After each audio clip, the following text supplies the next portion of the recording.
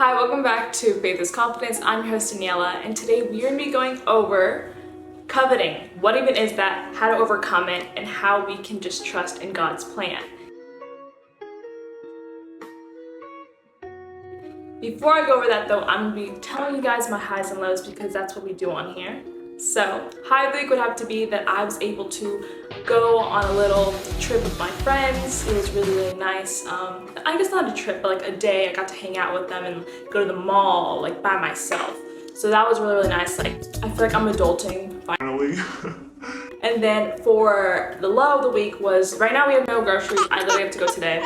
And so yesterday I ate a lot of ice cream because there was like no food. Or I'm gonna say there was no food. And I just excused myself and I just allowed myself to indulge in such a delicious but unhealthy treat.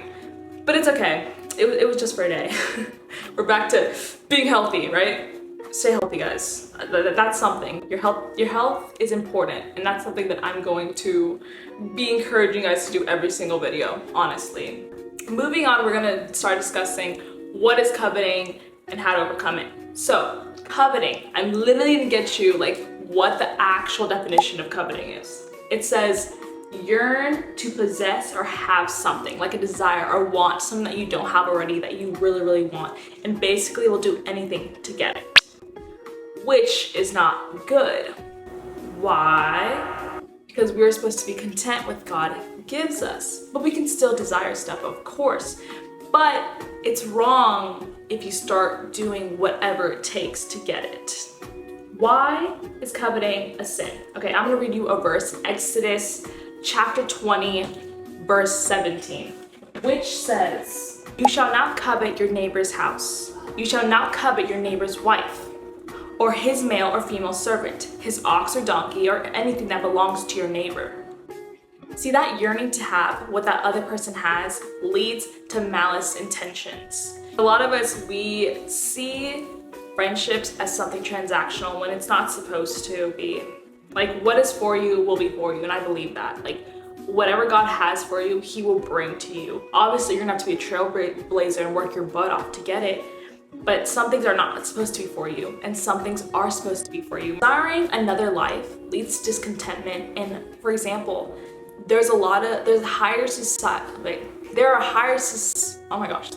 there is a very, very high suicidal rate right now because people are scrolling through their phones, coveting, wishing they have someone's lives. Therefore, they don't do the work themselves so they can have a life like that, which leads them to being depressed, leads them to being suicidal, and just leads to degradation overall.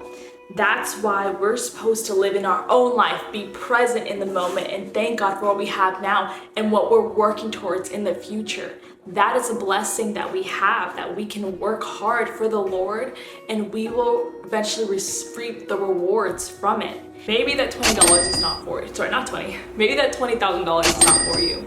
Maybe that boyfriend's not for you. Hey, I'm 18 and about to be, and I've never had a boyfriend. I'm okay with that because that's not for me for right now. And that's awesome. I can't wait for when I will receive my man. And it's just trusting that God has better things for me, and I'm gonna wait for the God things. But I'm gonna keep working regardless if if I don't reap those rewards yet, because I'm gonna thank God for the circumstances I'm in because they're for me. It's not against me. These certain circumstances are for me, and that's something that we have to believe and see that our circumstances in a positive light always, regardless of what we're going through, because I understand it can be really, really hard to think of the positive when everything is going wrong. Trust me, I know.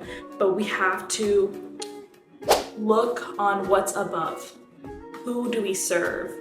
And have our hearts based upon who God is and not what's going on around us. Because who do we serve? A God who hates us or a God who truly loves us and does good for those who love Him? We serve that kind of God. It's incredible. Remember to give thanks for what you have right now.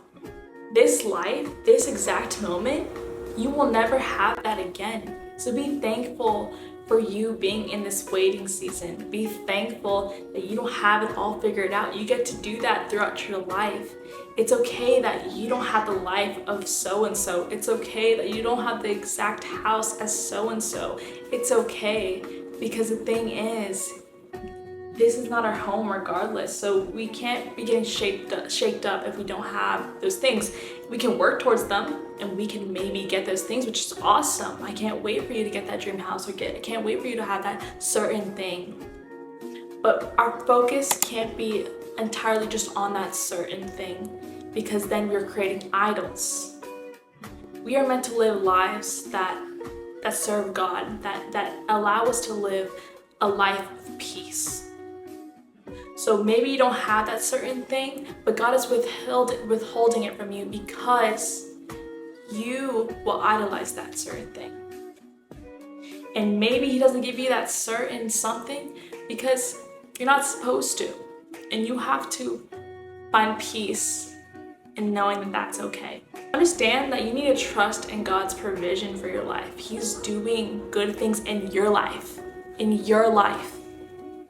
That so-and-so person may have this, but you're gonna have this. God has blessings just for you, and God has blessings just for that person.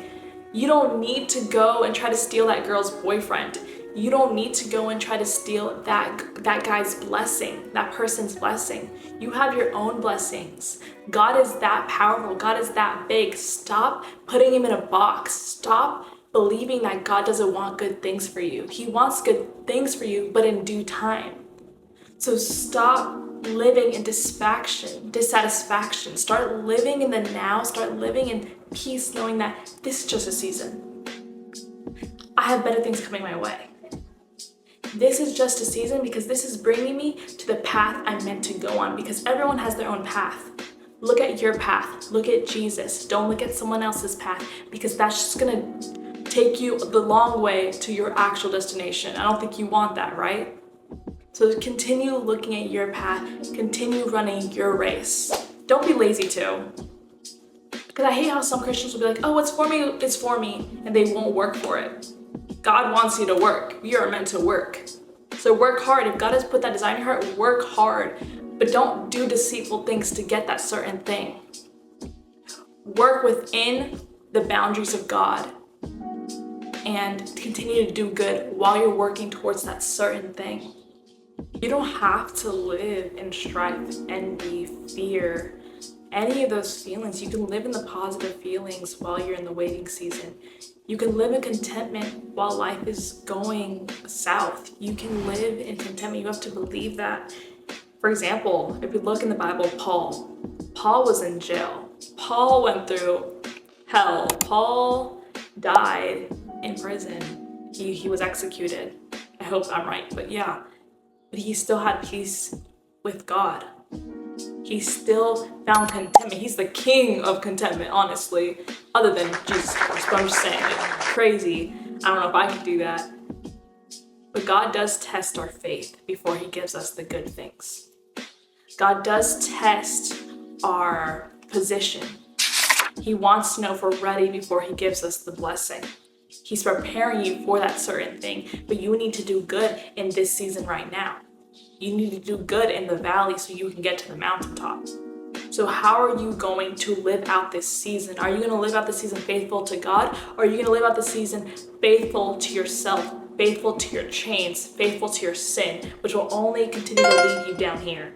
It won't ever leave you up here. And if it does leave you up here, and you get there by doing the bad things, don't worry, you'll be slowly going down over time, because death always leads to death. Sin always leads to death. So there's no point in going that route. Stop making excuses that it will never happen. Because if we believe that, oh, surely it will never happen. So continue working hard and know that you will reap those rewards. You will. It just may take longer than you think. And maybe we won't eventually ever get it. And that's okay. Because guess what? We're going to have eternity with God. We're going to have eternity with Jesus. And that's the best present we can get. And if that is not your standard of success, then I think you need to change your mindset a bit. Change what you deem as important. change what is most valuable to you, because God should be the most valuable thing in your life overall. That's it. That's the video. I know it was pretty short, but I wanted to go over this because I've been struggling with this myself. So this is kind of like a little encouragement to myself and to you guys. If you want more videos like this, go ahead and like this video, subscribe, and I'll see you guys next week. Bye.